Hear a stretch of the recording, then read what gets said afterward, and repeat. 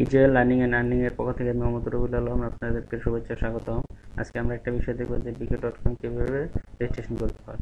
Registration করার জন্য আমরা সর্বপ্রথম যেটা করব, আমাদের ব্রাউজারে লিখব বিকে.কম লেখার পর এন্টার দেওয়ার পর যে উইন্ডোটা আসবে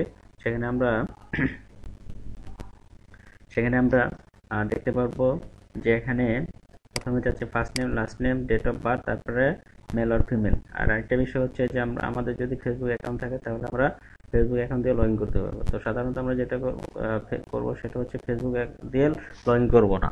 তো ফেসবুক দিয়ে লগ ইন না করলে তাহলে আমাদের এখানে যেটা কিছু করতে হবে, first name last name use করতে হবে। তো এখন first name last name use করার জন্য আমরা আরেকটা বিষয়ে হেল্প নেব, সেটা হচ্ছে ফ্যাক্ট নেম জেনারেটর। এখান থেকে আমরা আমাদের প্রয়োজনীয় প্রয়োজনীয় নাম আমাদের নিজেদের ইচ্ছা মতন চুজ করতে পারবো।